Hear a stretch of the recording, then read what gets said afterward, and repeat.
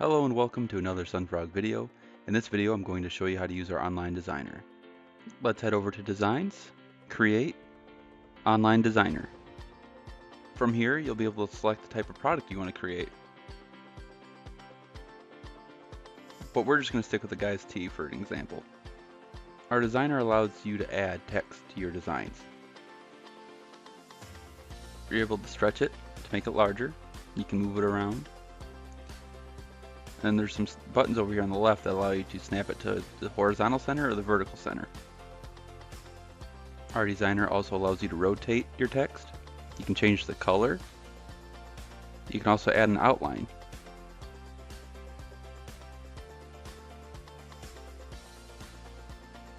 You are also able to change the color of the primary mockup you're editing on. The online designer also gives you the ability to upload art files.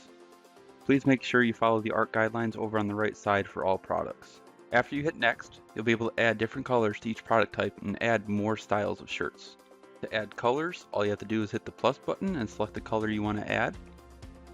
Then hit add style to add different types of products for the same design. You are only allowed to add up to 5 different colors for a single product. When you are done adding all the colors and products you want to add to this design, hit next.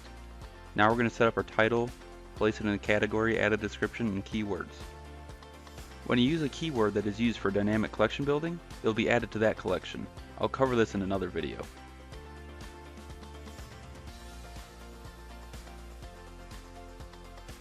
You do not have to add a shirt to a collection, but make sure you click the I agree to terms and conditions and then hit finish.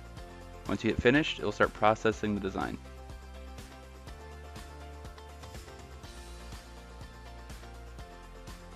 After the design is uploaded, it'll take you to the edit design screen and you'll see that all of your variations have been uploaded. You can hover over the profit and it'll show you how much you make.